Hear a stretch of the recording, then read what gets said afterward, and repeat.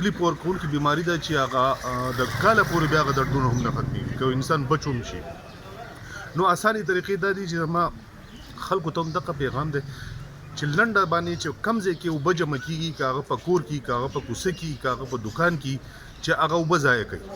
ځکه دا ماشه هم هغه خپل افزایش هم په دغه اوبو کې کوي او د دغه اوبو نه چوتېږي او بیا زموږ دا خلک چې هغه مرض انسانانو ته منتقل کېږي. نو دغه زما یو ریکویسټ دی چې دا بارانونه اوس شوي دي، د اوس نه د خپل خلک موږ په دې باندې اویر کړو چې د دې باره کې سوچ وکړي او خپل ماشومان خپل خلک هم موږ انشاءالله تعالی څنګه چې په تېر کلونو کې زموږ کوششونو د خلکو سپورټ دغه شان به په دې کې کوي او د هغې نه به زیاتې. مهرباني. یو کار سر ډیر اموات راغلی وو په غوړه سره یو خاص کې تفصیل کړه کولای شي. بالکل هغه اول کالو او مرض نوې راغلی او خلک نو پوهه، نو ځکه هم په هغه وجه باندې ډېر اموات راغلي وو او ډېر د هغې نه وروسته بیا هم دا مرض دا به زموږ هر کال وي. انډیمیکلي مطلب دا دی چې دا به هر کال زموږ په دې کمیونټي کې دا مرض وي، خو موږ به یې کنټرول ساتو چې زیات خلک په هغې باندې اخته نه شي، زیات تکلیف خلکو ته ونه رسېږي. نو دغه اسانې طریقې دي چې هر ځای کې هغه اوبه جمع شوي، که په کورونو کې، که په ګمله کې، که په یو وړوکي لوښي کې، ټینکۍ زموږ په کورونو باندې پرتي، اکثر سرتوري اوبه پکې جمع کېږي، یا خلک د خپل ضرورت دپاره هم به اوبه جمع کوي.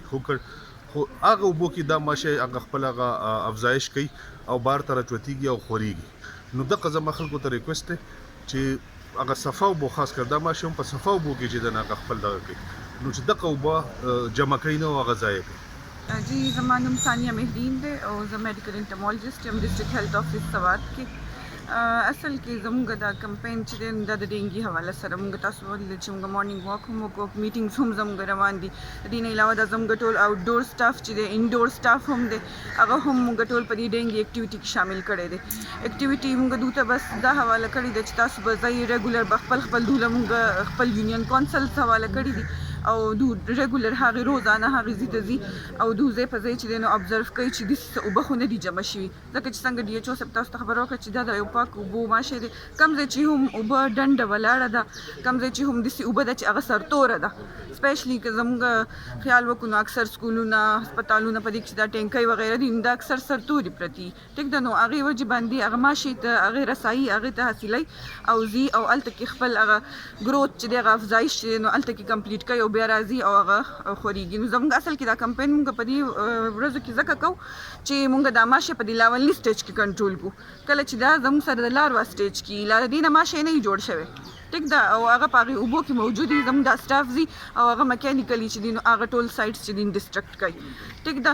نو موږ عوام ته هم دا چې دی نو پیغام ورکوو چې تاسو پلیز دا موږ ستاسو د صحت لپاره دا کمپین چلو ټیک ده. نو دوی هم زموږ سره تعاون وکړي، کم ځای چې هم که د دوی کوڅه ده، که د دوی کور دی، که د دوی نالۍ دي، که د دوی کره دي څه کباړ مباړ دی چې هغه دوی ته پته لګي چې په دې کې اوبه جمع کېدی شي او دا ماشې ورته رسېدی شي ټیک ده. نو هغه په ټایم باندې هغه ځایونه چې دی صفا کوي.